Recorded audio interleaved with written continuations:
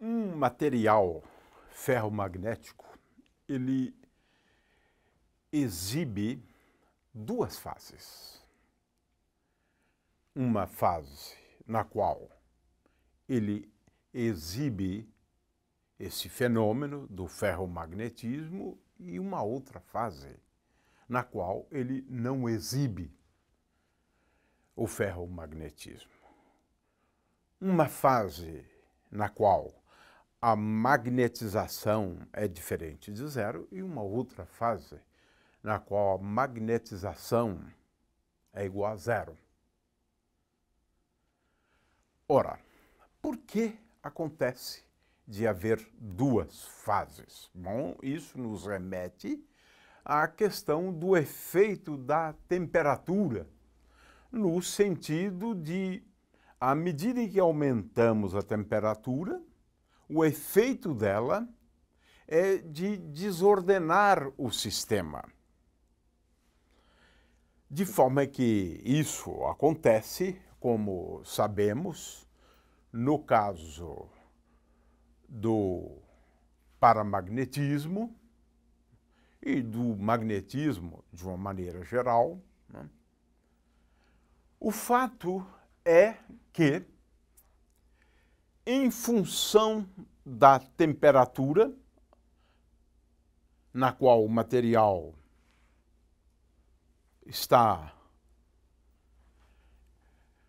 nós podemos ter uma situação onde o material está magnetizado e uma outra na qual o material tem uma magnetização igual a zero.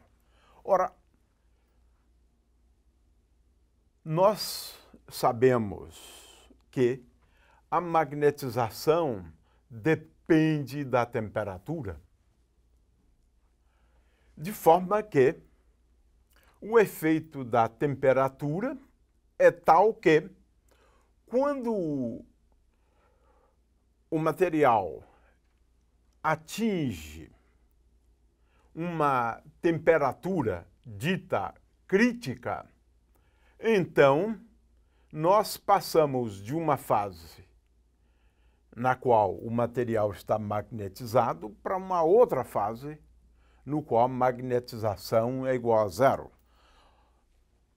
Essa temperatura na qual ocorre uma transição de fase é a temperatura crítica e, no caso, essa temperatura crítica recebe o nome de temperatura de Curie. Então, um material a baixas temperaturas, se ele for um material ferromagnético, ele exibe uma magnetização, mas à medida que nós aumentamos a temperatura, a magnetização diminui, depende da temperatura, até atingir a temperatura de Curie. Claro que a temperatura de Curie é uma característica do material. Cada material tem uma temperatura de Curie que é diferente. Portanto, a temperatura que delimita as duas fases é a temperatura crítica, que, no caso do ferromagnetismo, em se tratando da magnetização, essa temperatura recebe o nome de temperatura de Curie. Ora, a magnetização é o parâmetro de ordem dessa transição de fase. O que vamos procurar explicar são duas coisas. A primeira é por que a gente pode prever uma temperatura crítica. Em segundo lugar, escrever expressões para a temperatura crítica usando argumentos de mecânica estatística ou da mecânica estatística. Muito bem. Vamos lembrar, em primeiro lugar, um dado extremamente importante, né? É que, de acordo com argumentos da mecânica estatística, a probabilidade de você encontrar o sistema com uma energia E é igual a E elevado a menos E sobre kT, dividido por uma função da temperatura, conhecida como função de partição, de forma que essa função de partição ela tem o papel de assegurar que a soma sobre todas as energias seja tal que P de E, quando somos sobre todas as energias, essa soma das probabilidades é igual a 1. Consequentemente, Z de T é dado por essa expressão, a soma sobre as energias, né? Então, esse é o primeiro dado, a gente vai utilizar isto, né? O segundo dado importante é o seguinte: se eu tenho, e agora posso falar de elétrons, mas o que eu vou falar aqui é válido de uma maneira geral.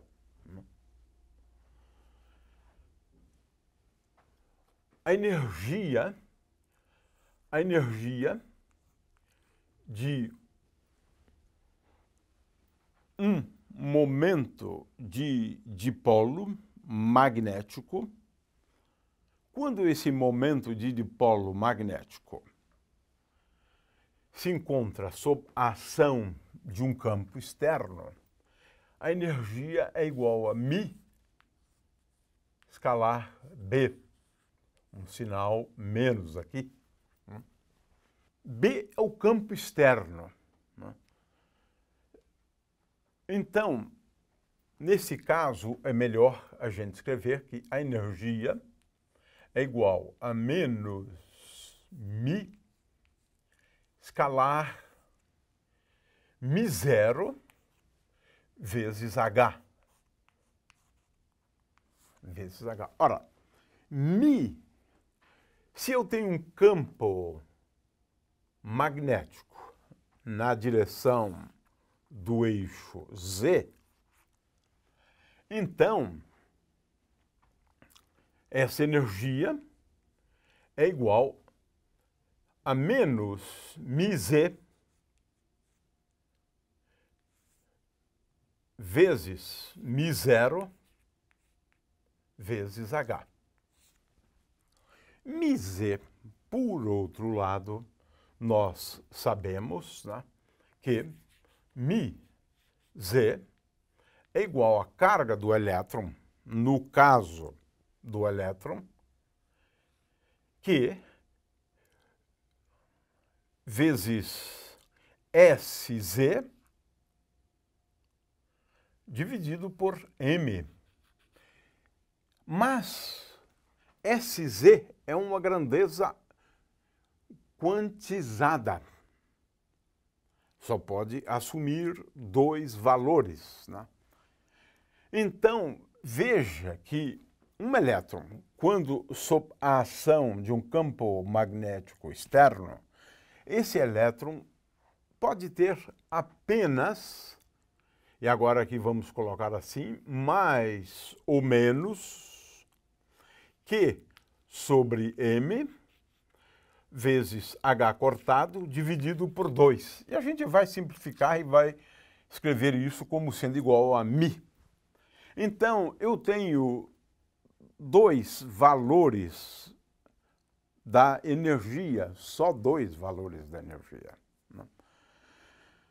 Esses dois valores, né, são, então, E mais, vamos colocar aqui, né? E mais, como a carga do elétron é negativa, eu vou tomar pré mais o sinal menos aqui, né? Então, vou apenas escrever assim, E mais igual a Mi, claro, Z, né? Vezes H0, vezes Mi0, vezes H, e E menos difere apenas por um sinal. Tenho, portanto, dois valores para energia, né? Muito bem.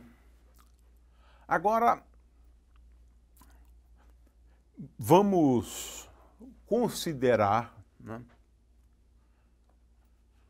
um elétron dentro do material. Qual é o campo magnético que o elétron percebe? Esse campo é conhecido como campo molecular, além, claro, do campo externo. Mas daqui a pouco eu vou fazer o campo externo, né? O campo externo igual a zero, de forma que, do ponto de vista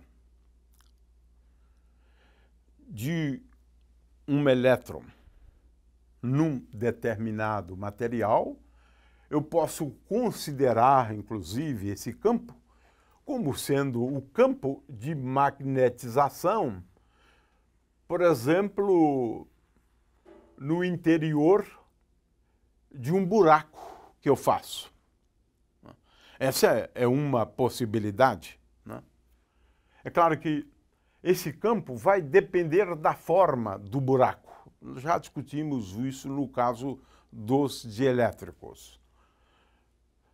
De qualquer maneira, esse campo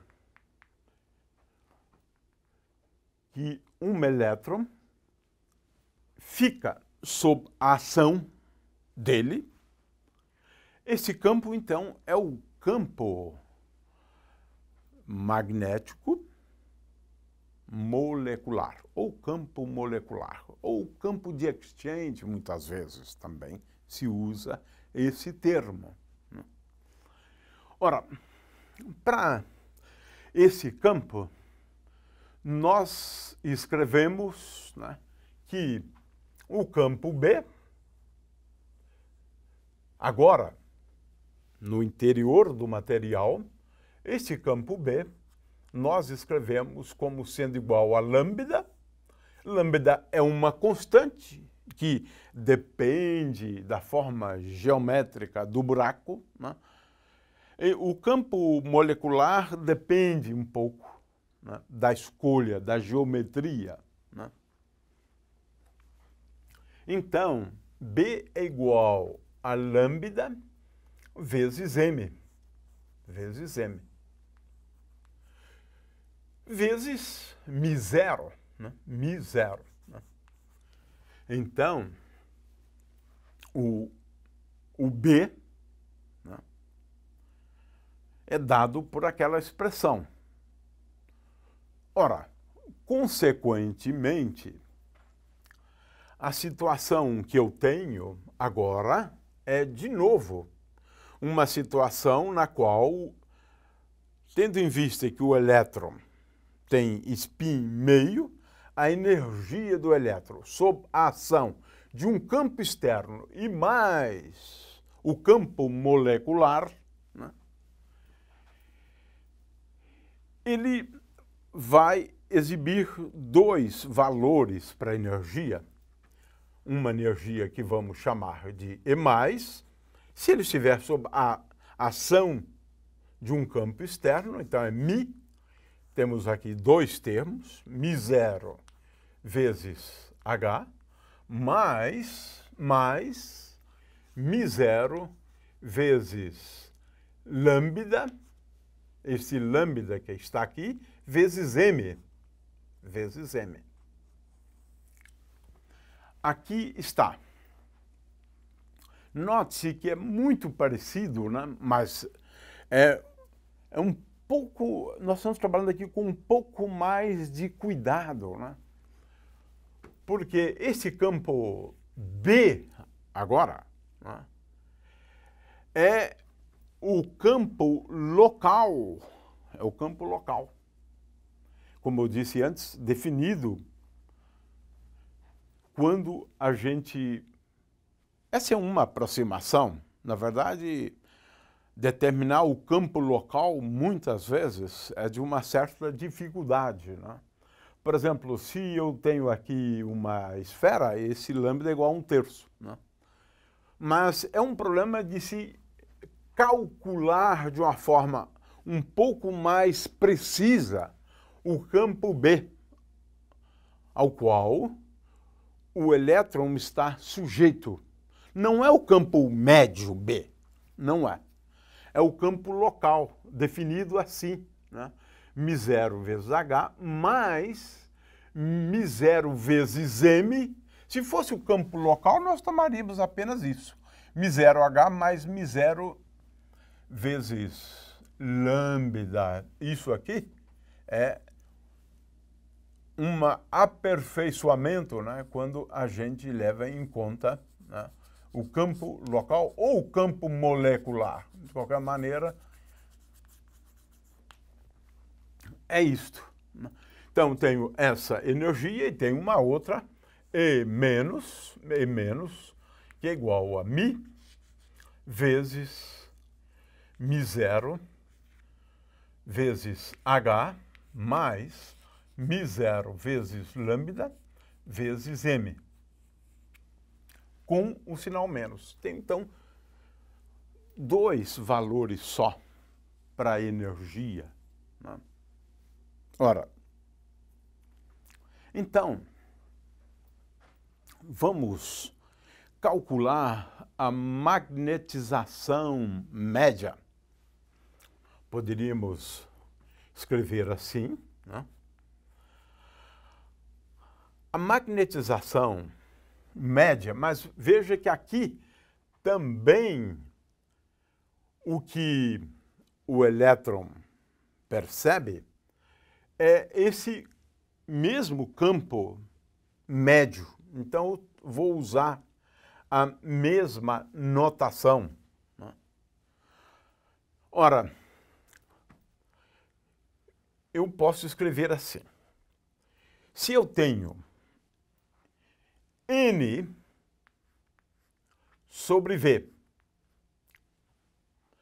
N é o número por unidade de volume de dipolos magnéticos. N sobre V vezes o momento de dipolo magnético. Ora, o que é isto aqui?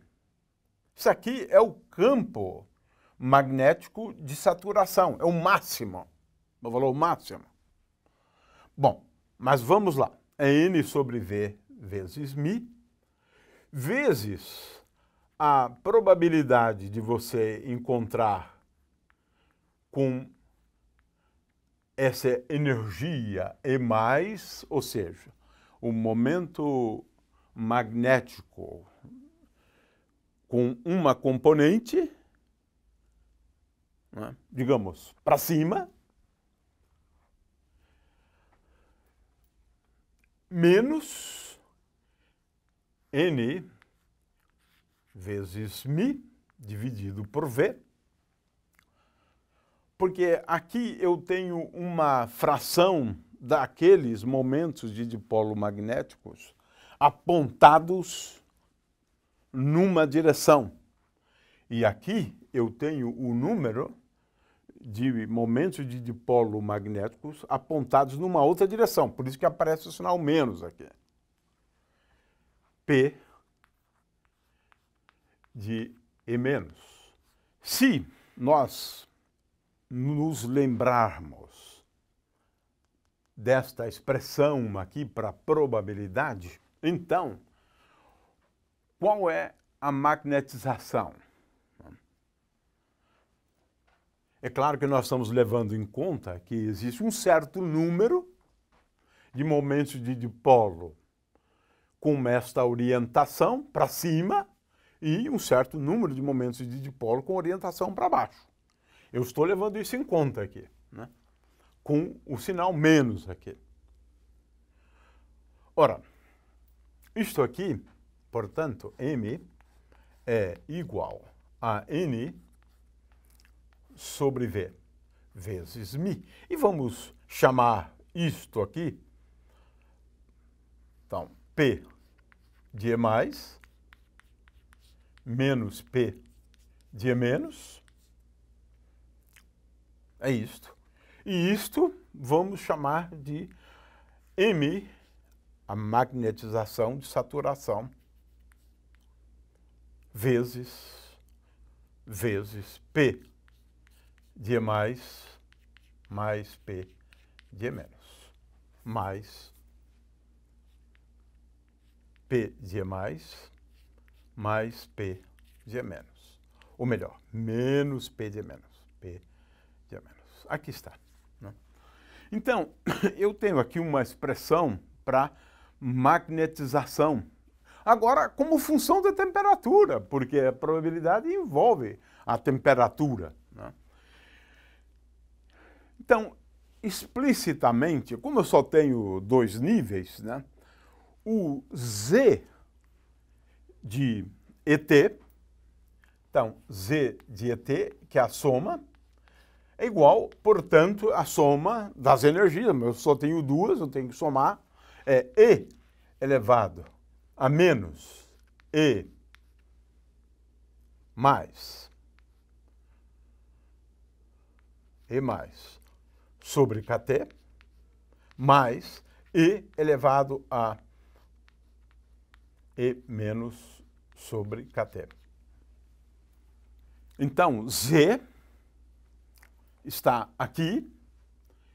Agora, quando eu fizer P de E mais vezes P de E menos, eu vou ter aqui E elevado a E mais sobre kT, menos E elevado a menos E menos sobre kT.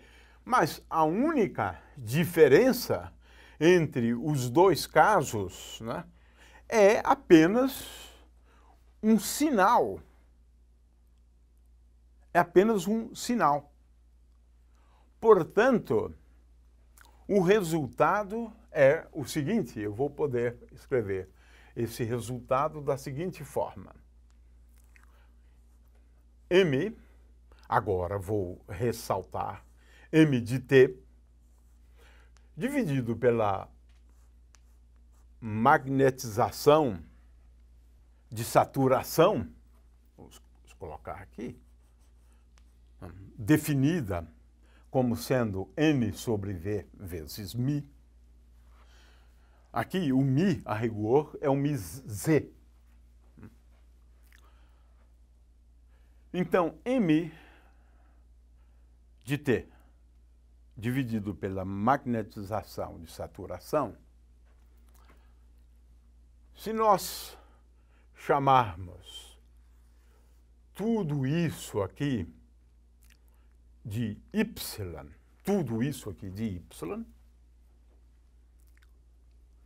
então,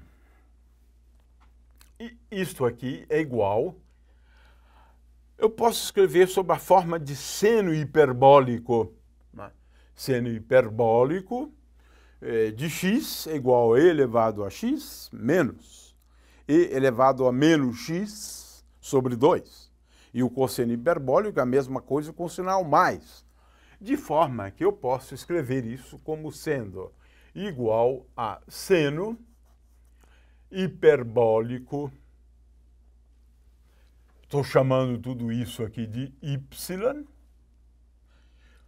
mas é y, né, sobre kT, y sobre kT, dividido por cosseno, esse seno aqui é seno hiperbólico, e esse cosseno aqui é cosseno hiperbólico, de y sobre kt. Muito bem, isso aqui é muito geral, porque eu tenho aqui um campo magnético externo, né? E agora vamos mudar ligeiramente a notação. Ora, essa função aqui, por outro lado, é a função tangente hiperbólica, né? Tangente hiperbólica. Então, vamos simplificar estas expressões aqui e vamos considerar H igual a zero, ou seja, o campo magnético externo não existe, né? Ele é inexistente, né?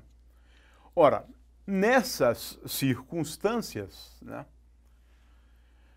o que nós temos agora é m de t dividido por m de saturação é igual a...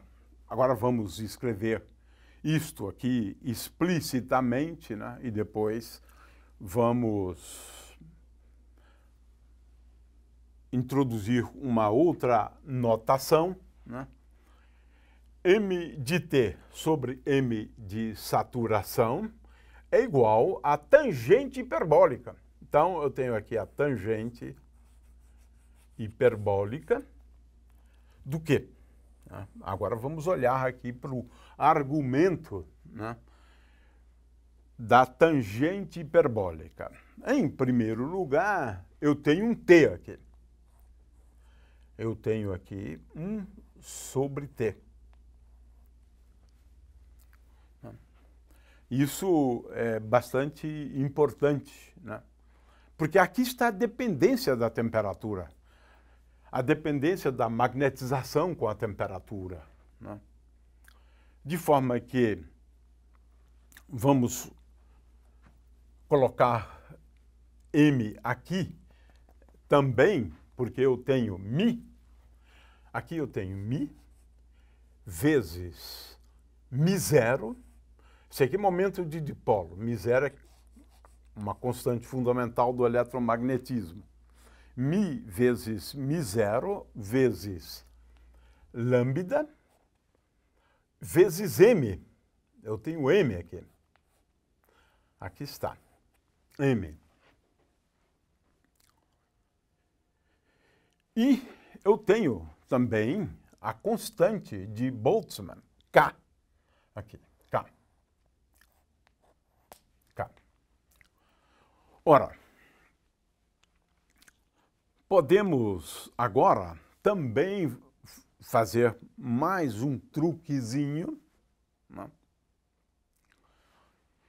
que é dividir aqui por m de saturação e multiplicar por m de saturação. E agora, podemos escrever esta expressão da seguinte forma: m sobre m de saturação é igual a tangente hiperbólica, e vamos escrever da seguinte forma: Tc dividido por T vezes m dividido por m de saturação. Ora, essa é a forma usual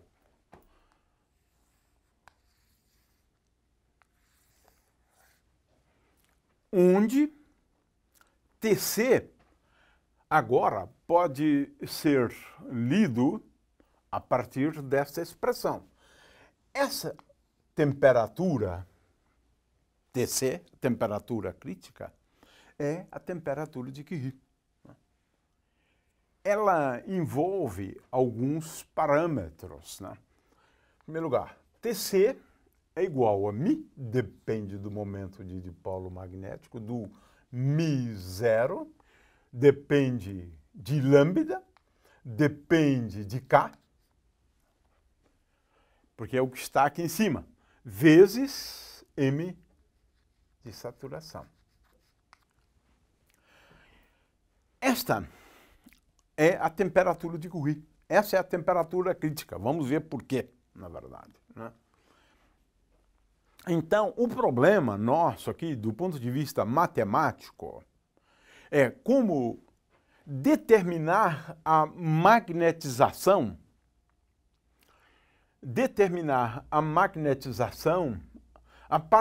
como função da temperatura, é claro, né?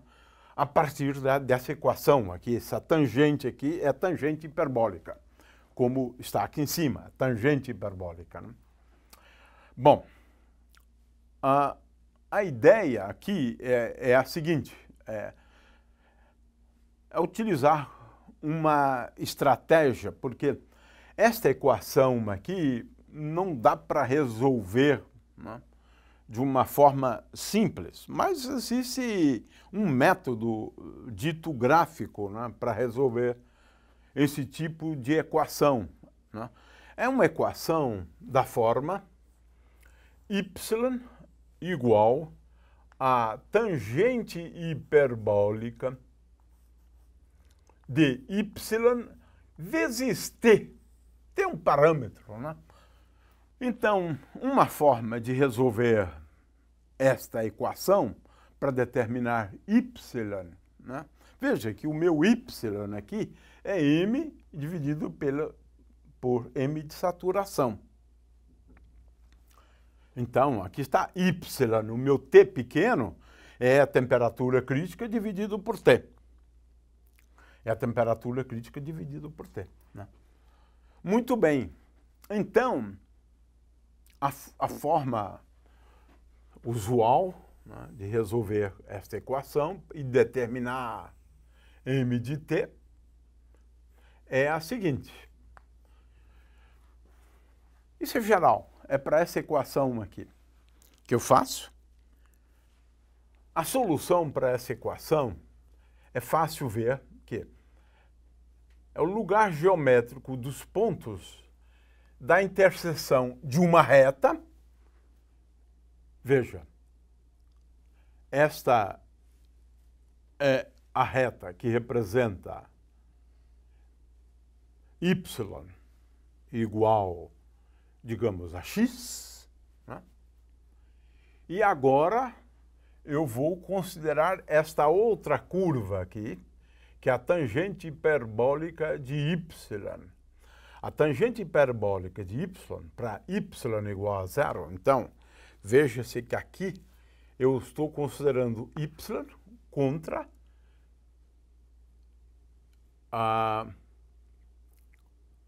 o t, por exemplo, né? Mas, de qualquer maneira, o que eu estou falando aqui é de duas curvas, né? De duas curvas, y igual a x e depois a outra, né, que é a tangente hiperbólica. E agora a gente vê que, em primeiro lugar, para y igual a zero, a tangente hiperbólica é igual a zero, né? E a tangente hiperbólica é uma curva que tem esta forma aqui, né? Ora, essas duas curvas se interceptam num ponto, né? E, portanto, agora basta eu determinar para cada valor de t este ponto aqui. E com isso eu determino a solução y agora da temperatura, porque está ali, né? Ou de t, ou desse t. Portanto, é sempre possível encontrar uma solução. Claro que você tem a solução trivial, que é a solução para t igual a tc, que é zero de um lado e zero do outro, e, consequentemente, M igual a zero e M igual a zero à temperatura crítica. De forma que você tem uma solução aqui, né, associada à temperatura crítica, né, e uma outra solução aqui. O que se obtém a partir dessas soluções, né, é que para cada temperatura eu vou encontrar M sobre M de saturação, né? O resultado pode ser representado por meio de um gráfico, onde eu coloque aqui M sobre M de saturação versus a temperatura.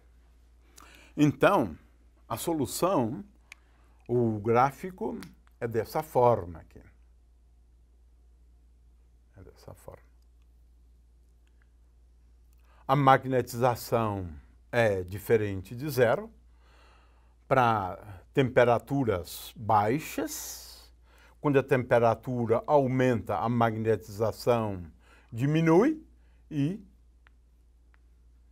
quando se atinge a temperatura crítica, a magnetização é igual a zero. De forma que esse é o tratamento, né, estatístico que a gente dá ao analisar a dependência da magnetização com a temperatura para um material ferromagnético. Eu consigo prever o comportamento da magnetização com a temperatura e também determinar a temperatura crítica. É claro que o que nós fizemos aqui, né, e que achei importante chamar a atenção, é para o cálculo do campo local, do campo molecular. Mas, fora isso, a matemática é bastante simples, né, até chegarmos a esse ponto aqui, né? E agora tem apenas que resolver, né, esta equação e, a partir daqui, determinar esse M, né, como função da temperatura. E o resultado pode ser expresso sob a forma de um gráfico. A magnetização do material depende da temperatura. Ao atingir uma temperatura dita crítica, o material passa para uma outra fase. Você tem uma fase magnética e uma fase não magnética, uma fase ferromagnética e uma fase não ferromagnética. O que gostaria apenas de chamar a atenção é que essa questão de transições de fase, né, de materiais magnéticos, é um tema muito complexo, muito difícil, né? E, em particular, muitas vezes a gente tem interesse, né, no seguinte problema, né? É o de determinar uma expressão para magnetização para temperaturas muito próximas da temperatura dita crítica. Então, para T muito próximo de Tc, podemos escrever essa magnetização como M, digamos, C, vezes 1 menos, como a temperatura crítica ela é maior do que a temperatura que eu estou considerando, porque eu estou na fase ainda do material magnetizado, se escreve assim. Ou seja, fenomenologicamente, próximo da temperatura crítica, quer dizer, T próximo de Tc, esse é um tipo de comportamento que se observa. Beta é o expoente dito crítico, e esse é um problema também importante no estudo de transições de fase. Qual é o comportamento do parâmetro de ordem para temperaturas próximas da temperatura crítica? Ora, isso aqui depende, né, de modelo, como você calcula, um modelo conhecido como campo médio me dá beta igual a meio. Mas a determinação exata, precisa, tanto da temperatura crítica quanto deste parâmetro e esse parâmetro, é um desafio para a física teórica. No magnetismo, especialmente o ferromagnetismo, nós temos muitos problemas complexos, né? O que nós explicamos aqui foi apenas uma forma relativamente simples, fenomenológica, para a gente abordar o comportamento da magnetização como função da temperatura, fazendo uso de argumentos emprestados da mecânica estatística.